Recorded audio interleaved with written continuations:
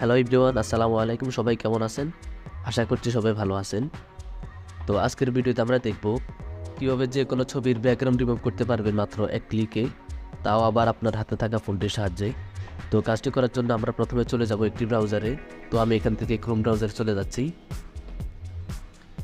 এখানে আসার পর সার্চ বারে সার্চ করব removepc.com।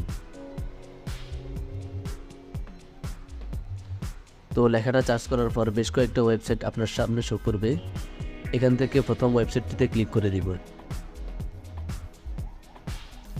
তারপর এমন একটি ইন্টারফেস শো করবে। এখান থেকে আপলোড ইমেজ এখানে ক্লিক করে গ্যালারি থেকে আপনার কাঙ্ক্ষিত ছবিটি আপলোড করে নেবেন।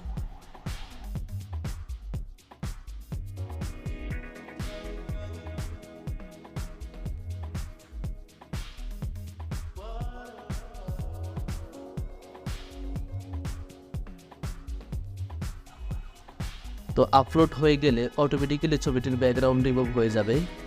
তারপর আপনারা চাইলে এটার ব্যাকগ্রাউন্ডে যে কোনো ইমেজ অথবা সলিড কালার অ্যাড করতে পারেন। তার জন্য অ্যাড ব্যাকগ্রাউন্ড এখানে ক্লিক করে দিবেন।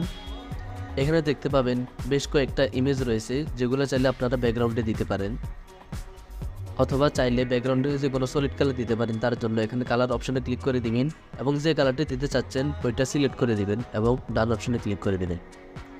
ওকে, তারপর ডাউনলোড অপশনে ক্লিক করে ছবিটি ডাউনলোড করে নিতে পারেন। তো আপনারা চাইলে এভাবে খুব সহজে যে কোনো ছবির ব্যাকগ্রাউন্ড রিমুভ করে নিতে পারেন মাত্র এক ক্লিকে।